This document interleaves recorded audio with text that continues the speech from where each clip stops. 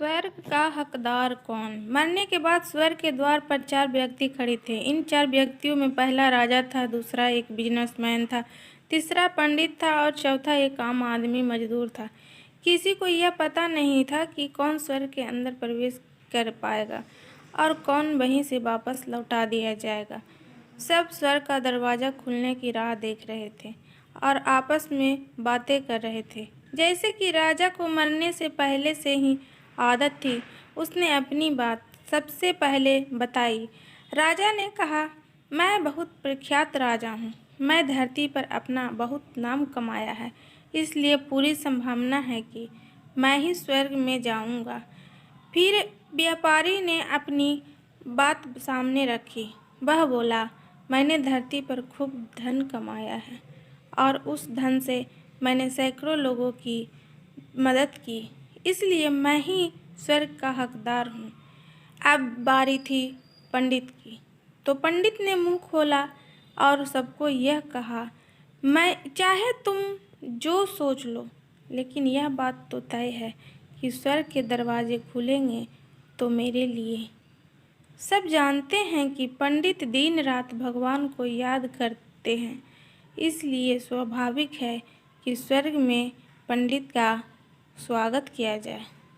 जब सब ने अपना अपना पक्ष रख दिया, तब सबकी नज़र उस मजदूर पर थी जो चुपचाप अपनी नज़रें नीचे झुकाकर बिना कुछ बोले वहीं पर खड़ा रहा। स्वर्ग का दरवाज़ा खुला और वहाँ पर एक देवदूत आकर खड़ा हो गया। देवदूत के हाथों में एक पुस्तक थी जिसमें इन सभी के कर्मों के बारे में लिखा हुआ था। देवदूत ने सबसे पहले राजा को अपने पास बुलाया और उसको पूछा, तुम बताओ, तुमने अपने जीवन में क्या किया, अच्छे कर्म किए हैं। मैं उन्हें इस पुस्तक में देखकर फैसला करूँगा कि कौन तुम्हें अंदर आने देना है कि नहीं। राजा ने कहा, मेरा राज्य जितना बड़ा था उतना ही सुविद्र था और मेरी राज्य के सभी लोग खुशहाल थे। सभी बड़े आनंद से रहते थे। मैंने उन्हें कभी भी किसी भी चीज़ की कमी नहीं होने दी। यही मेरे अच्छे कर्म हैं। देवदूत ने अपने पुस्तक में देखा और देखने के बाद राजा से कहा, तुम सच बोलते हो। तुमने अपने राज्य की प्रजा को बहुत सुखी रखा है, लेकिन तुमने अपने राज्य की सीमा बढ़ाने के लिए जितने युद्ध किए थे, उन युद्ध की वजह से हजारों सैनिकों ने अपनी जान गंवा दी थी। उन हजारों सैनिकों के परिवार के दुख के कारण तुम बने थे, इसलिए तुम स्वर्ग में नहीं आ सकते। अब बारी थी व्यापारी का। व्यापारी से जब देवदूत ने पूछा कि तू है, तब व्यापारी ने उससे कहा, मैंने सैकड़ों लोगों को खाना खिलाया, कई आश्रमों में दान दिया है, कई निराश्रित लोगों के लिए घर बना कर दिया है। यह मेरे अच्छे कर्म हैं।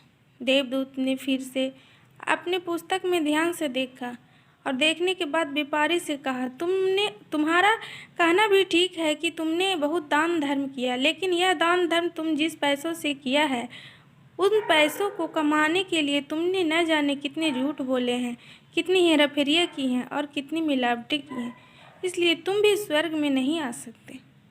जब पंडित से यही सवाल किया गया तो पंडित ने बड़े ही आत्मविश्वास के साथ कहा, मैंने अनगिनत लोगों को ज्ञान दिया है, हजारों यज्ञ और पूजाएं की है और दिन रात भगवान की जाप किया है। इससे अच्छे कर्म और क्या हो सकते हैं।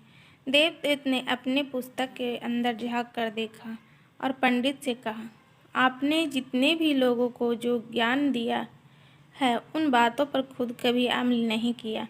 आपने यज्ञ पूजा या भगवान का नाम निस्वार्थ भाव से नहीं लिया, इसलिए आपका भी स्वर्ग में आना प्रतिबंधित है।